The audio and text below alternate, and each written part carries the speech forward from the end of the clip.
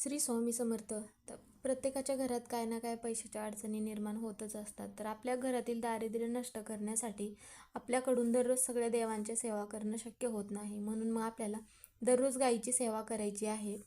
तर गायीची सेवा केल्यामुळे भगवान श्रीहरी विष्णू आपल्यावरती प्रसन्न होतात आणि आपल्या घरातील दारिद्र्य नष्ट होते. तर त्यासाठी आपल्याला काय करायचं आहे, एक तांब्यावरून पाणी घ्यायचं आहे, गायीच्या पायावरती टाकायचं आहे आणि हळदी कुंकू लावून गायीची पूजा करायची आहे.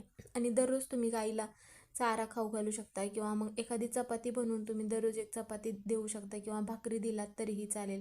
किंवा काहीच नाही शक्य झालं तर तुम्ही एखादी केळी तुम्ही गाईला खायला घालू शकता. आणि त्यानंतर गाईला 3 प्रदक्षिणा घालायच्या आहेत. प्रदक्षिणा घालत असताना ओम नमो भगवते वासुदेवाय नमः असा मंत्र म्हणत प्रदक्षिणा घालायच्या आहेत.